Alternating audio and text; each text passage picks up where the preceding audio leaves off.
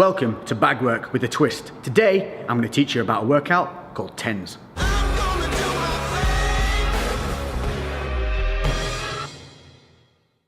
So what's up guys, and welcome to something a little bit different, and this is a heavy bag reps workout. Now what do I mean by that? What I mean is you don't need a timer. This is all about the number of punches you're going to be putting in. So this is basically something that's going to help you build that motor pathway to your punches. It's going to help you learn, but also it's going to be a good cardio workout, it's going to be a good muscular workout, and it's going to help you push those mental boundaries. So without further ado, let's get on and look at what we're doing today. First things first, equipment that you're going to need. Some simple gloves, 12 ounces to 16 will protect your hands enough for this. Most gyms will have them for you to borrow, so don't be afraid to ask. If not, you can get any old relatively inexpensive ones. I've got these Venoms, I think they're called the Venom Elite or something like that. I'll link them in the description below, simple Amazon buy, so check these out, I could recommend them. Number two is footwear. Make sure that you have something on your feet that's going to give you the support that you need. You do not want to be wearing running trainers. If that's all you've got, do it barefoot. That's absolutely fine, but if you want to invest in something cheap and cheerful, which I've used and has lasted me a long time, some of these bad boys. So these are some relatively inexpensive Lonsdale boots. Again, I'll link them in the description. They cost around £30–35. The last pair I had lasted me literally 3 to 4 years. I can't remember what, because I had them that bloody long. So this is specifically a heavy bag routine, and I'm going to show you why. This may look like a relatively heavy bag, but if we give it a little shot, you can see how much movement there is in that bag. Now, because we're going to be doing punching in numbers, we need something that's going to offer some resistance. Enter Big Red. If we hit Big Red, it doesn't go anywhere, and that's exactly what we want. We want our punches to be landing nice and solidly and transferring all our energy into the bag. If the bag swings or moves or is too thin and we miss, that's when we risk hurting ourselves. So the workout itself, it's called tens. What does that mean? It's simple. We're going to do punches building up to 10. It doesn't mean 10 punches, you're going to be doing much more. But we're going to go from 1 to 10. We're going to go from jabs to hooks to combinations. Now this isn't about time, this is about numbers. So if you get tired, you suck it up, you reset, and you just keep driving through. This is going to be great for pushing through those mental barriers. Often, the body can keep going, but the mind quits. This type of training will help you push through those mental barriers and let you know that the body can keep going even when you feel tired. Additionally, this is going to help you build those motor pathways for learning to throw those punches correctly, because this one again is not only about time, it's not about speed either. So we're looking to get some good connections with the bag, we're looking to think about what we're doing with every punch, and we're looking to get better as time goes on. So the way tens works is simply this, it's numbers of punches. We're going to start on the left side, then move to the right side. So each one is done individually. You're going to start with a single jab, then you're going to do 2 jabs, then 3, all the way up to 10. Then switching to the right side, we're going to start with the straight right, 1, all the way up to 10. Then we go hook, hook, and then we go into the combinations of just 1, 2s. So you're going to be throwing a lot of punches here, but what I want you to do is reset with every single punch. I don't want you just throwing like this, nice and short and sharp. You want to be extending through with every punch, resetting every time. That's going to help you build those motor pathways and good habits, so that when you do the bag work that's free and timed and you're moving around, your natural instinct is going to be to throw that punch correctly and keeping that guarded hand up.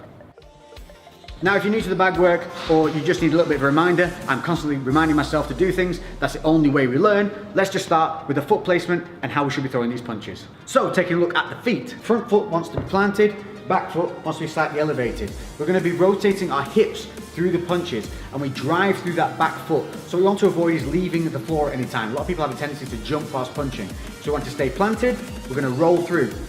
I'm right-handed, so my left side is my lead side. If you happen to be southpaw, obviously your right side would be your lead side, and that would be your lead leg. But for me, left leg is a lead leg. From here, I'm going to keep my hands up high, keeping my guard. And you can see my left shoulder is further forward than my right shoulder. So we're not standing square on. From here, what we're going to do is we're going to throw the punch out. We're going to roll the hips through. We're going to keep this right hand up, and then we're going to return back in a straight line to the chin. These are the mechanics that we want to start building in and making a good habit. So I'm making sure that I maintain my distance, because at this point I'm probably a little bit tired. So just making sure that distance stays and I'm not stepping too close.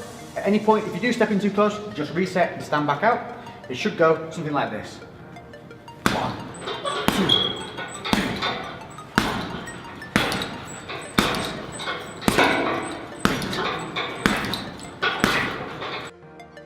So moving on to the straight right.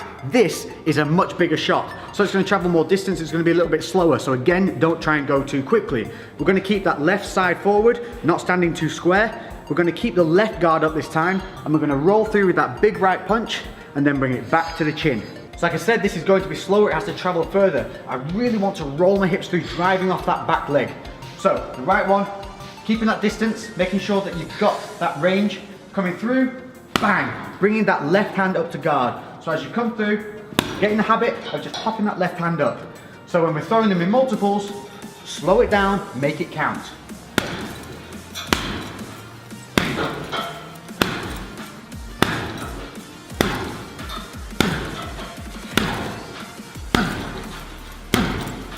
And you can see how I'm not throwing that too quickly, I'm resetting, I'm thinking about my foot position. If I lose foot position or I wobble off, don't worry about it.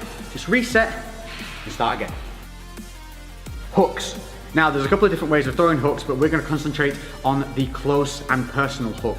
If you're further away and you're on the bag work, just a quick one, make sure that you are rolling the knuckles over as you throw from distance. We're going to stay quite close to the bag, this kind of distance.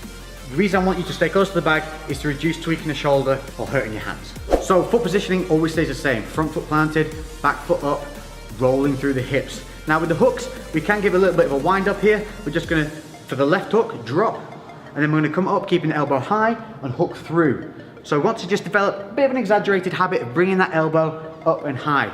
You'll see a lot of guys in the shadow box and you see them, they just bring the elbow around nice and tight. That's what we want to do here. Obviously, once you get a bit more fluid and you get a bit more technical with things, you don't need to have the elbow as high, but again, exaggeration helps develop that motor pathway.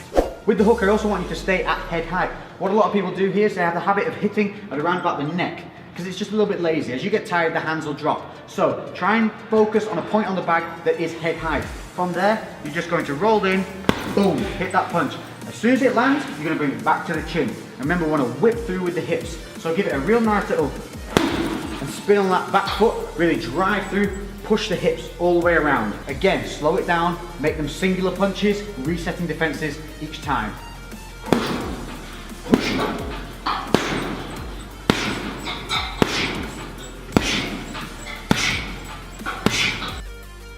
Now if you're like me, one of your hooks will feel more comfortable than the other. For me, my left hook's very natural, but the right hook seems to feel a little disconnected because it's traveling further.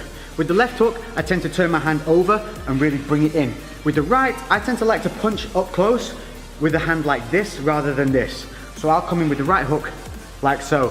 For me, it just connects better and it feels more natural. But if keeping the hand turned over feels good to you, that's going to help you keep the elbow up. So whichever way you do it, just think about remembering to keep that elbow nice and high, keeping the other side guarded, as always, to keep the elbow nice and high. Noticing as I throw the right, the left comes up to guard that counter punch side.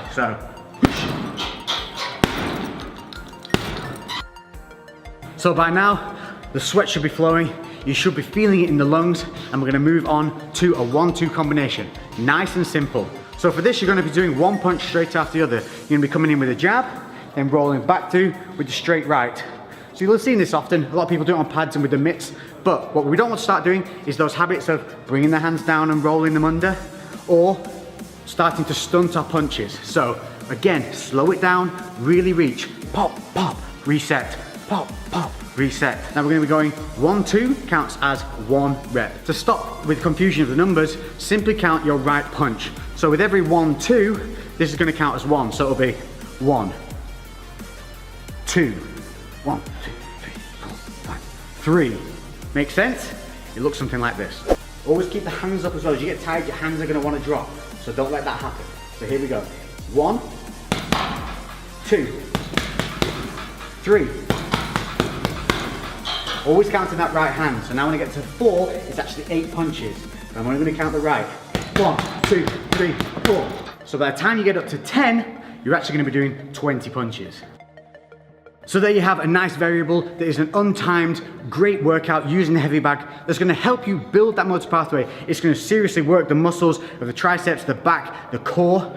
Make sure that you're driving through your legs. Make sure that guard stays up. Don't let the hands drop. Break those mental boundaries.